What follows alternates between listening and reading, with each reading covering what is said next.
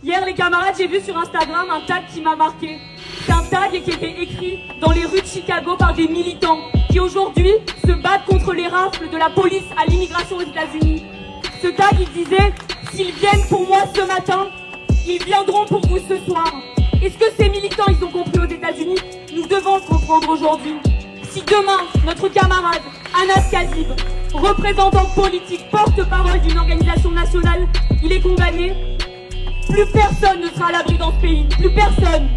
C'est pas juste le procès d'Anas Kazib, cheminot syndicaliste à Suvrag et militant révolutionnaire. C'est le procès d'un militant qui se lève contre l'horreur, qui refuse de détourner le regard, qui prend parti aux côtés d'un peuple qui est en train de vivre un génocide avec la complicité des gouvernements impérialistes.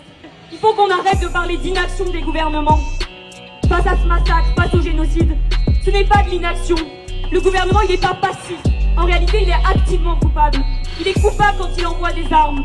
Il est coupable quand il criminalise les soutiens et la solidarité au peuple palestinien et tous ceux qui résistent. Nous devons construire notre propre force. Et ça veut dire quoi?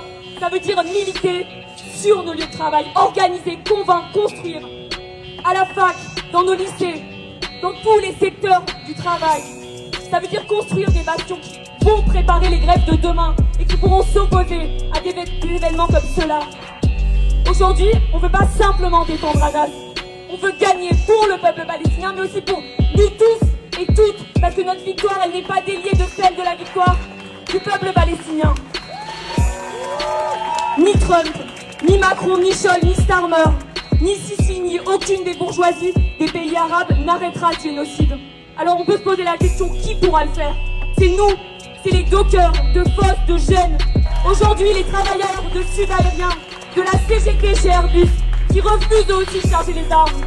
C'est aussi nos camarades de Sud Éducation qui ont appelé à la grève pour mettre fin à ce génocide. Nous devons nous inspirer de ces camarades qui nous montrent le chemin. Palestine vivra, Palestine vaincra.